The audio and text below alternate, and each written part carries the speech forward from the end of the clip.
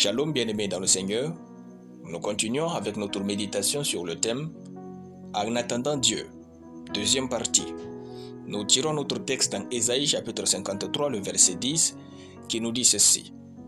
« Il a plu à l'Éternel de le briser par la souffrance. Après avoir livré sa vie en sacrifice pour le péché, il verra une postérité et prolongera ses jours, et l'œuvre de l'Éternel prospérera entre ses mains. » Alléluia. En attendant Dieu, il faut comprendre que nous vivrons l'écrasement ou le brisement. Dieu n'exauce pas à une grande envergure un homme qu'il n'a jamais brisé dans la vie. Dieu va donc nous briser avant de nous donner ce qu'il nous a promis.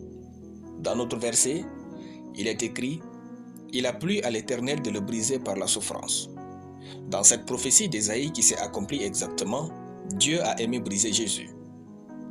Tous les enfants grandissent et rêvent de parcourir le monde, vivre bien, se marier, vivre heureux et accomplir leur destinée.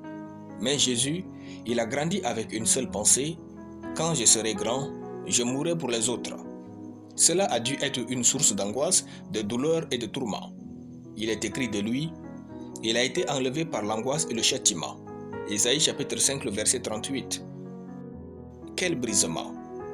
Puis, Dieu l'a ressuscité et lui a tout donné. Matthieu chapitre 28, le verset 18. En attendant Dieu, il y a le brisement. Le brisement, c'est cette période de notre vie où Dieu laisse les souffrances nous atteindre.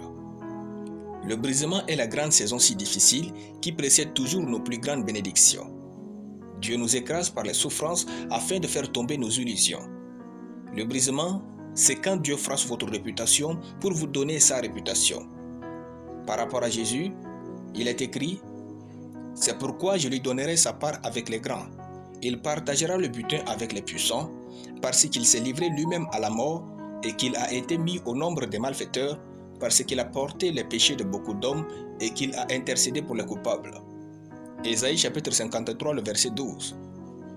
Dieu ne nous brise pas pour nous détruire, mais pour développer notre caractère et faire sortir le meilleur qui est en nous. Sachez-le, Dieu nous écrase par son silence, les exaucements déplacés, le regard et l'attitude des hommes. Il faut donc renoncer à veiller à notre propre confort et sécurité pour pouvoir marcher avec Dieu. Car il va nous briser. Même si vous ne comprenez pas ce que vous vivez, faites confiance à Dieu. Il vous prépare à ce qu'il tient en réserve pour vous. Alléluia. Nous allons prier. Merci notre Père éternel pour ta parole. Je confesse que je ne perds jamais au nom de Jésus. Ma vie est sous le contrôle de Dieu. Toute chose finit bien pour moi. Mes pertes font mes gains à jamais au nom de Jésus. Amen. La lecture biblique en une année, Apocalypse chapitre 10. Soyez bénis, c'était le pain du ciel.